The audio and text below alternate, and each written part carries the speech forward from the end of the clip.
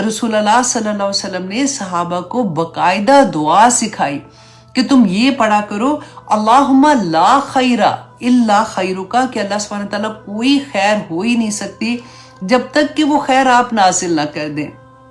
ولا طیر الا طیرک، اور کوئی بدشگونی نہیں ہو سکتی، کوئی برا عمل نہیں ہو سکتا جب تک کہ وہ آپ نے لکھ دیا نہ ہو، ولا الہ غیرک، اور تیرے سوا کوئی معبود نہیں ہے۔ تو رسول اللہ نے کہا کہ یہ دعا مانگو، اللہ سبحانہ تعالیٰ انشاءاللہ تمہیں معاف کر دیں گے۔ اور جو میں حدیث کا بتا رہی ہوں، کیونکہ آپ خود پڑھیں گے انشاءاللہ، اس کا تھوڑا سا مفہوم میں بتا دیتی ہوں کہ ایک عرابی تھا، وہ رسول اللہ کے پاس بیٹھا ہوا تھا اس وقت، تو اس نے پوچھا کہ یا رسول اللہ، پھر آپ جیسے کہتے ہیں کہ کوئی چیز لگتی نہیں، بیماری ایسے لگتی نہیں ہے، تو پھر ہمارے اونٹ کا کیا ہوتا ہے؟ جیسے وہ ٹھیک ٹھاک ہوتے ہیں، صحت مند ہوتے ہیں، تو پھر ایک اونٹ جو خارش والا ہوتا ہے وہ ان کے اندر آتا ہے تو ہمارے سارے اونٹ بیمار ہو جاتے ہیں۔ تو رسول اللہ نے فرمایا تو یہ تو بتاؤ کہ پہلے اونٹ کو کس نے خارش لگائی تھی؟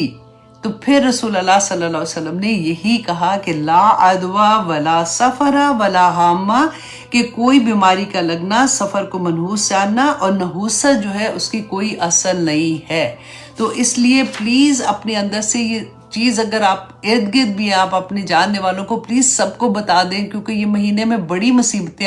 ڈالتی ہیں، لوگ بار بار ایسے کویسچنز پوچھتے ہیں۔ اچھا، اب میں آپ کو تھوڑی سی اس کی حقیقت بھی بتاتی ہوں۔ ہوتا کیا تھا کہ آپ نے سنا ہوگا مے بی کہ حج کے مہینے کے بارے میں، کہ پہلے رسول اللہ صلی اللہ علیہ وسلم نے جو آخری خطبہ دیا تھا تو اس میں کیا کہا تھا کہ آج اس سال جو حج ہے نا وہ اپنی اصل پہ آ گیا ہے۔ وجہ کیا تھی؟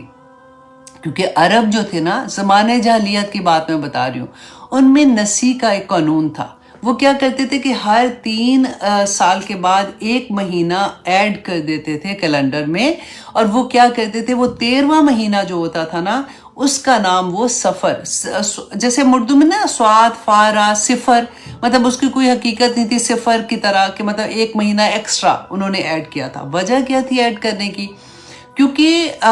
مکہ میں آپ کو پتہ ہے کتنی گرمی ہوتی ہے، تو اس وقت یہ ہوتا تھا کہ جب لوگ حج کے لیے آتے تھے نا، طواف کرتے تھے،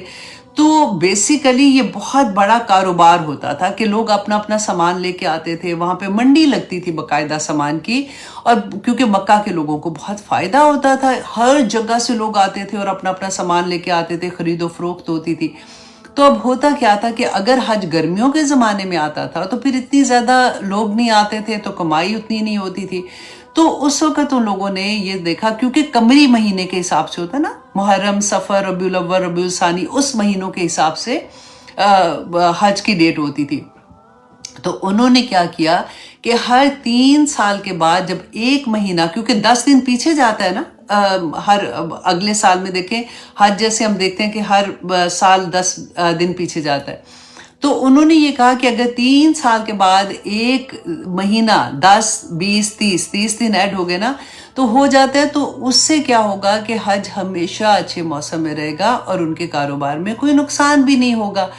وہ جو رسم تھی وہ رسول اللہ صلی اللہ علیہ وسلم نے اس کو ختم کیا تھا جب یہ کہا تھا، کیونکہ حج جو ہے وہ اس سال، جس سال رسول اللہ نے کیا تھا کہ آج اپنی اصل پر ہے، تو تب سے حج اسی وقت پہ ہوتا ہے جب اس کا وقت ہے۔ اچھا، اب کویسچن یہ ہے کہ اچھا اگر حج اس طرح سے ہوتا ہے تو پھر سفر کا مہینہ تو ابھی بھی کیلنڈر میں ہے۔ تو اس کا جواب یہ تھا کہ حافظ ابن حجر عسقلانی جو ہیں انہوں نے اس کو ایکسپلین کیا تھا کہ اسلامی مہینہ، جیسے پہلا مہینہ ہے نا جس کو ہم محرم الحرام کہتے ہیں، تو سیکنڈ مہینہ جو تھا وہ ہوتا تھا محرم الحلال، سیکنڈ منتھ کا یہ نام تھا محرم الحلال۔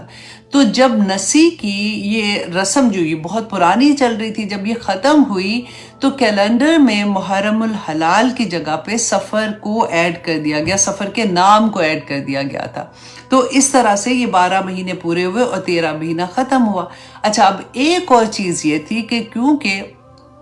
وہاں پہ ہوتا کیا تھا کہ عیسائی جو ساتھ تھے نا، اہل کتاب ساتھ تھے، ان میں 13 نمبر جو تھا نا وہ منحوس سمجھا جاتا تھا. وجہ کیا تھی کہ وہ یہ کہتے تھے کہ حضرت عیسیٰ کے جو حواری تھے ان میں وہ 13واں حواری جو تھا نا اس نے ان کے جا کے شکایت لگائی تھی کہ وہ فلاں جگہ پہ چھپے ہوئے ہیں، تو اس لیے ان میں 13 نمبر. اب دیکھیں ہم لوگوں میں بھی کتنی بات ایسی آ جاتی ہے نا کہ 13 نمبر منحوس ہے، حالانکہ یہ ادھر سے بات آئی ہوئی ہے، ہمارے دین میں ایسی کوئی چیز نہیں ہے. اچھا کیونکہ یہ مہینہ 13واں ایڈ تھا اور ان کا 13 نمبر تھا تو اس لیے وہ ڈبل انہوں نے کہا جی یہ منحوس ہو گیا. اچھا یہ بات سمجھ آ گئی. اب کیا تھا کہ اللہ سبحانہ تعالیٰ نے جو شروع سے 4 مہینوں کی حرمت بیان کی تھی نا، یہ ایسے مہینے تھے جیسے جو حج ہے، ذی الحج کے ادھر ذی القعدہ ہے اور ذی القعدہ اور ادھر ذی الحج اور محرم، یہ 3 مہینے اکٹھے آتے تھے. تو رجب کا مہینہ علیحدہ سے تھا، یہ 4 مہینے حرمت والے تھے. وجہ کیا تھی کہ رجب کے مہینے میں لوگ زیادہ عمرے کے لیے نکلتے تھے، تو وہ مہینے کو اس لیے کہ اس زمانے میں لوٹ مار بڑی ہوتی تھی، قافلے نکلتے تھے، راتیں گزار رہے ہیں، کتنے ان کو وقت لگ جاتا تھا. تو ان دنوں میں جو حرمت والے مہینے تھے، اگر باپ کا قاتل بھی، آپ دیکھیں ان میں بھی کتنا لحاظ ہوتا تھا، باپ کا قاتل بھی ان کو سامنے نظر آتا تھا نا تو اس کو بھی کچھ نہیں کہتے تھے، مطلب بالکل ایک امن ہو جاتا تھا. تو اللہ سبحانہ تعالیٰ نے جو یہ حرمت کے مہینے کہے تھے، یہ کیونکہ یہ 3 اکٹھے تھے، اور ایک تو علیحدہ نا جس کو میں بتا رہی ہوں کہ اس مہینے میں رجب میں وہ عمرہ کیا کرتے تھے کیونکہ حج کے لیے آتے تھے، تو ان کو 1 مہینہ پہلے کا ملتا تھا، آرام سے وہ سفر کرتے تھے، اور 1 مہینہ واپس جانے کا بھی مل جاتا تھا. تو یہ 3 مہینے میں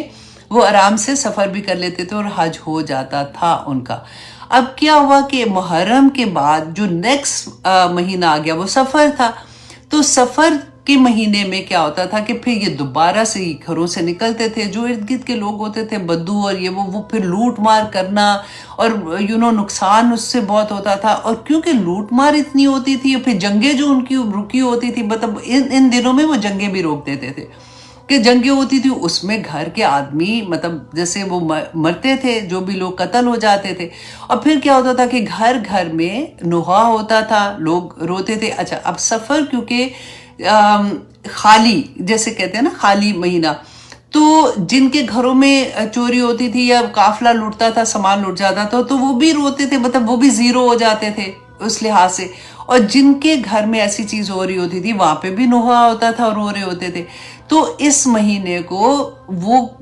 اس وجہ سے منحوس کہتے تھے کہ جی عمل نہیں دیکھتے تھے اپنا کہ کس وجہ سے یہ سارا کچھ ہو رہا ہے. لیکن رسول اللہ صلی اللہ علیہ وسلم نے ان ساری بدعات کو ختم کر دیا تھا. تو اس لیے ہمیں بہت اچھے سے، اس لیے میں نے کہا میں آپ کو تھوڑی سی ہسٹری بتا دوں کہ جب بھی کوئی پوچھے نا کہ یہ ایسے آپ کیسے کہہ رہی ہیں، تو ایٹ لیسٹ آپ ان کو ڈیٹیل بتا سکتے ہو کہ کیا وجہ تھی. اور پھر آپ مسلم اینڈ بخاری کی حدیث آپ ان کو بتاؤ، نمبر کے ساتھ ان کو بتاؤ کہ دیکھو، آپ خود جا کے دیکھو کہ رسول اللہ صلی اللہ علیہ وسلم نے فرمایا تھا کہ اس کی کوئی حقیقت نہیں ہے. تو پھر ایسی بات کس طرح سے ہم لوگ کر سکتے ہیں نا. تو اللہ سبحانہ تعالیٰ جی ہمیں توفیق عطا کرے کہ ہم اصل دین کو سمجھ سکیں، ہم عمل کرنے والے بن جائیں. آمین ثم آمین. تو آئیے جناب ہم آتے ہیں اپنے سبق کی طرف. ہم کریں سورہ یوسف کی آیت نمبر 88 آج کریں گے. اب دیکھیے آلموسٹ ہم آخری اس میں آ رہے ہیں سورہ یوسف. آج نہیں تو انشاءاللہ نیکسٹ کلاس میں ہماری ختم ہوگی. جتنے پیارے سبق ہم نے دیکھے، اصل میں سبق جو تھا نا، دیکھیں ہر نبی کا جیسے میں نے آپ کو بتایا کہ ڈیفرنٹ تھا، کہ کسی پہ کسی طرح کا آزمائش آ رہی تھی اور مشکلیں تو تھی نا. ہم نے دیکھا کہ ہر نبی پہ کتنی مشکلیں آئی ہیں، لیکن حضرت یعقوب علیہ السلام کی مشکل جو تھی نا یہ اپنے گھر میں تھی، اپنی اولاد میں تھی. تو آج میں اور آپ یہ دیکھیں کہ اگر ہم میں سے جس کے بھی گھر میں ایسی کوئی مشکل ہے کہ اولاد نافرمان ہو گئی ہے، یا اولاد جو ہے جیسے ہماری زندگی میں قرآن کھولتا ہے، پھر ہم دیکھتے ہیں تڑپتے ہیں کہ کسی طرح سے اسی طرح سے بچوں کو بھی سمجھ آ جائے، نہیں آتی ہے، یا پھر بچے غلط سوسائٹی میں چلے جاتے ہیں، یا پھر بچے اللہ نہ کرے ڈرگس میں انوالو ہو جاتے ہیں، یا کسی طرح کی بھی برائی میں انوالو ہو جاتے ہیں. تو اس وقت پیرنٹس کا رویہ کیا ہوتا ہے، اس وقت کیسے صبر کے ساتھ اللہ سبحانہ تعالیٰ سے دعا کرنی ہوتی ہے. اب یہاں پہ یہ دیکھیے گا، کیونکہ آنیسٹلی جب تک میں نے سورہ یوسف نہیں پڑھی تھی نا تو میں بالکل فرق طرح سے سوچتی تھی. مجھے یاد ہے کہ میرا جو چھوٹے والا تھا نا، کیونکہ بڑے والے تو نا اس زمانہ تھوڑا فرق تھا، شاید بچے وہ فرق تھے کیونکہ دادا دادی بھی ساتھ رہتے تھے، تو بچے بہت لرن کرتے ہیں بڑوں کے ساتھ۔ میں کہتی ہوں بڑے نصیب کی بات ہوتی ہے جن کے گھروں میں دادا دادی اور نانا نانی مطلب اراؤنڈ ہوتے ہیں ان بچوں کے، کیونکہ دادی کا پیار، دادا کا پیار، ادھر سے نانا نانی کا پیار، خالوں کا پیار، ادھر سے پھپھیوں کا پیار، چچوں کا پیار، ماموں کا پیار، وہ بچے ہی فرق طرح کے نکلتے ہیں۔ اگر چوک ہو جاتی ہے ادھر سے ماں باپ کی ان کو تربیت کرنے میں، تو دادی کر رہی ہوتی ہے، تو نانی کر رہی ہوتی ہے، تو خالیں بتا رہی ہوتی ہیں، تو یہ بڑے نصیب کی بات ہوتی ہے جن کو ایسے رشتے مل جاتے ہیں۔ اور آپ یہاں پہ یہ دیکھیے گا کہ حضرت یعقوب علیہ السلام کس طرح سے وہ بچے، کوئی برائی تو سائڈ پہ کریں آپ دیکھیں کہ ایک بچہ نہیں، 2 بچے نہیں، 10 کے 10 بیٹے ایسے ہیں جو قتل کا منصوبہ اپنے ہی سگے بھائی کا بنا کے بیٹھے، اور پھر جا کے چلے قتل نہیں کیا تو ایک ہی بات ہے، وہ قتل ہی کرنا تھا نا، ان کو کنویں میں پھینک آئے تھے۔ اور باپ کو پتا ہے کہ بچے کیا کر کے جھوٹ بول رہے ہیں، بتا بھی نہیں رہے ہیں، بھائی کو قتل کرنے کا جو بنا کے رہے، ان کو نہیں پتا کہ کیا ہوا ہے، لیکن ان کا رویہ ان بچوں کے ساتھ کیسا ہے۔ کیونکہ جب میں نے رحمان کی دفعہ یہ دیکھا نا، میں بڑی سختی سے یہ بات کرتی تھی، آئی لو ہم سو مچ، کیونکہ وہ 15 سال کے بعد بڑے بھائیوں کے پیدا ہوا تھا، لیکن میں اس کو جیسے ہوتا نا کہ قرآن سمجھ آتی ہے، تو پھر میں کہتی تھی کہ رحمان میں اس پہ کمپرومائز نہیں کرنے والی ہوں، اگر مجھے پتا چلا کہ آپ نے کوئی ایسی بات کی ہے جو اللہ کے احکامات کے اگینسٹ ہے، تو بیٹا پھر میں نے آپ سے کوئی نہیں بات کرنی، میں نے آپ کو 2 دن روؤں گی، تیسرے دن مجھے بھی صبر آ جائے گا۔ لیکن جب میں نے حضرت یعقوب علیہ السلام کا قصہ پڑھا تھا نا، پھر مجھے لگے کہ اللہ اکبر، کہ صبر کرنا ہے، بچوں کو چھوڑنا نہیں ہے، بچوں کے لیے دعائیں کرنا ہے، اور بچوں کو نصیحتیں کرتے ہی رہنا ہے، ان کو بتاتے ہی رہنا ہے۔ آپ دیکھیں ہر جگہ پہ آپ کو ایک ہی چیز ملے گی کہ یعقوب علیہ السلام اپنے بچوں کو نصیحت کریں، بہانے سے نصیحت کریں، آخر میں کامیاب ہو ہی گئے تھے نا۔ تو یہی چیز ہم نے دیکھنی ہے۔ اور ایک اور بات آپ دیکھیے کہ کبھی بھی اپنے آپ کو اس طرح سے مت کہیے گا کہ مجھے ڈر، مطلب بچوں کو اور کتنا کہتے ہوئے بھی اب گھبراہٹ ہوتی ہے، وہ سنتے نہیں ہیں۔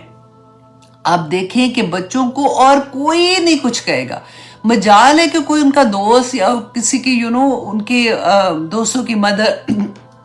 یا رشتہ داروں میں سے کوئی، ایسے نہیں کوئی کسی کو کچھ کہہ سکتا سوائے ماں باپ کے۔ آپ کا فرض بنتا ہے کہ اگر بچوں کو کوئی ایسی چیز آپ دیکھتے ہیں، فار ایگزامپل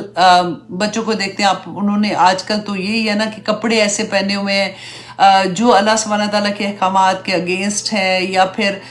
پارٹیز ایسی میں وہ جا رہے ہیں جو جہاں پہ نہیں جانا چاہیے، یا شادیوں کے فنکشن ایسے کر رہے ہیں جیسے نہیں ہونا چاہیے، کہتے رہیں، کیونکہ اللہ سبحانہ تعالیٰ سے مدد مانگ کے کہتے رہیں کہ یا پاک پروردگار میری ربی شرح لی صدری ویسر لی امری، یا اللہ میں جب اس کو جو میں بات بتاؤں نا، اس کو یا اللہ اس کے سینے میں اتر جائے، اور انشاءاللہ اترے گی، کیونکہ اگر ماں باپ نہیں کہیں گے تو کوئی اور نہیں کہنے والا۔ کل کو ہم مر جائیں گے نا تو بچوں کو واللہ یاد رہے گا، وہ ضرور ان کو پتا ہوگا کہ میری امی نے اس وقت مجھے یہ کہا تھا، یا میری نانی اس وقت یہ کہتی تھی، یا میری دادی اس وقت یہ کہتی تھی، تو ان کے لیے آسانیاں ہو جاتی ہیں۔ تو یہاں پہ اس پوری سورہ میں ہم یہی بار بار دیکھیں گے، الحمدللہ ثم الحمدللہ، اتنا سیکھنے کو ملتا ہے کہ میں وہی کہتے ہیں قربان جائے اللہ سبحانہ تعالیٰ پہ کہ کون کیسے ہمیں سمجھائے گا، کون کن لفظوں سے ہمیں سمجھائے گا، جس طرح سے اللہ سبحانہ تعالیٰ ہمیں ایگزامپلز دے کے سمجھاتے ہیں کہ دیکھو کل کو اگر ایسی سچویشن ہو جاتی ہے، اب نبی سے زیادہ تربیت اور کون اپنی اولاد کی کرتا، رائٹ؟ تربیت کی بھی تم لوگوں نے، پھر بھی پاسا پلٹ گیا، پھر بھی بچوں نے کچھ ایسا کر دیا، تو تم نے کس طرح سے صبر کے ساتھ ان کو چھوڑنا نہیں ہے، لگے رہنا ہے ان کے ساتھ، دعائیں بھی کرنی ہے، ان کو نصیحت بھی اچھے سے کرتے رہنا ہے، اور دعا یہ مانگنی ہے کہ اللہ سبحانہ تعالیٰ میرے لفظوں میں وہ ڈال دے، تاثیر ڈال دے جو میرے بچوں کو سمجھ آ جائے، کیونکہ ایک ماں ہی وہ درد سمجھ سکتی ہے۔ اللہ سبحانہ تعالیٰ ہم سب کے لیے آسانیاں کرے دی۔ تو آئیے دیکھتے ہیں آیت نمبر 88 میں اب کہ اللہ سبحانہ تعالیٰ فرماتے ہیں فَلَمَّا دَخَلُوا عَلَيْهِ، کہ پس پھر جب وہ داخل ہوئے، اب یہ تیسری دفعہ اب واپس آ رہے ہو، کیونکہ ہم نے لاسٹ ٹائم پڑھا تھا نا کہ یعقوب علیہ السلام نے کہا کہ تم واپس جاؤ اور جا کے تم ڈھونڈو، یوسف کو ڈھونڈو. اس کے اب تو 3 بیٹے غائب ہو گئے. پہلے ایک چھوٹے والا بھی چھوڑ رہے تھے ادھر، اور جو بڑے والا تھا اس نے تو منع کر دیا تھا. اب یہ دیکھیں کہ یہ سورہ جو ہے نا وہ نازل کب ہو رہی ہے؟ جب آخری مکہ کا دور تھا نا رسول اللہ کی ہجرت سے پہلے، اور اتنا مشکل وقت تھا رسول اللہ کے لیے، کیونکہ ان کی اتنی محبت کرنے والی بیوی جو گھر میں جب آتے تھے تو پروٹیکشن ملتی تھی، وہ فوت ہو چکی تھی. ان کے چچا جو باہر کی دنیا میں ان کو پروٹیکشن دے رہے تھے، کسی کی ہمت نہیں پڑ رہی تھی ان کے لیے کہ وہ کوئی اتنی بڑا ان کے لیے قدم اٹھائیں کہ ان کو خدا نخواستہ ان کو قتل کرنے کا یا اس طرح سے. تو کیونکہ وہ سردار تھے اور ان کی پروٹیکشن تھی، وہ بھی چلے گئے. پھر طائف کا واقعہ ہوا تو رسول اللہ صلی اللہ علیہ وسلم بہت سیڈ تھے. تو اللہ سبحانہ تعالیٰ نے اس وقت یہ صورت نازل کی اور وہاں پہ تسلیہ دی تھی جہاں پہ وہ دیکھ رہے تھے کہ